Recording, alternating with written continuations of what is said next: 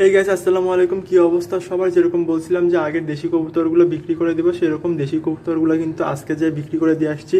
আমার কাছে ছিল দুইটা দেশি কবুতর, যেগুলো আমার ঘরের বাচ্চা, আর একটা ছিল উড়ে আসা কবুতর, যেটা ছিল গিরিবাজ।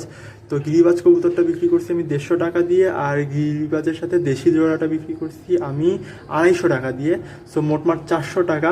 আর যে বাসায় নিয়ে যে বিক্রি করছি সেই বাসা থেকেই এই জোড়াটা নিয়ে আসছি আমি আজকেই। একদম সুন্দর গিরিবাজ কবুতর, এগুলো ওড়ার লাইনের কবুতর। এটা যেরকম বোম্বাইয়ের সাথে ক্রস গিরিবাজ সেরকম না, এটা এটা একদমই ওড়ার লাইনের কবুতর। এটা অনেক হাই ফ্লাই করে, বেশ লম্বা টাইম ধরে এটা ওড়ে। যেরকম দেখতে পাচ্ছি তো পিছনে আছে মাদিটা আর সামনে আছে নরটা।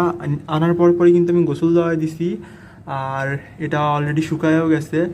একটুখানি মাদিটা মনে হয় ভয়ে আছে অথবা ঝিমাচ্ছে, আমি বুঝতেছি না কেন, কিন্তু যখন আমি নিছি তখন আমি সুস্থই দেখে নিছি। সো এখানে এসে হয়তো একটু ভয়ে আছে।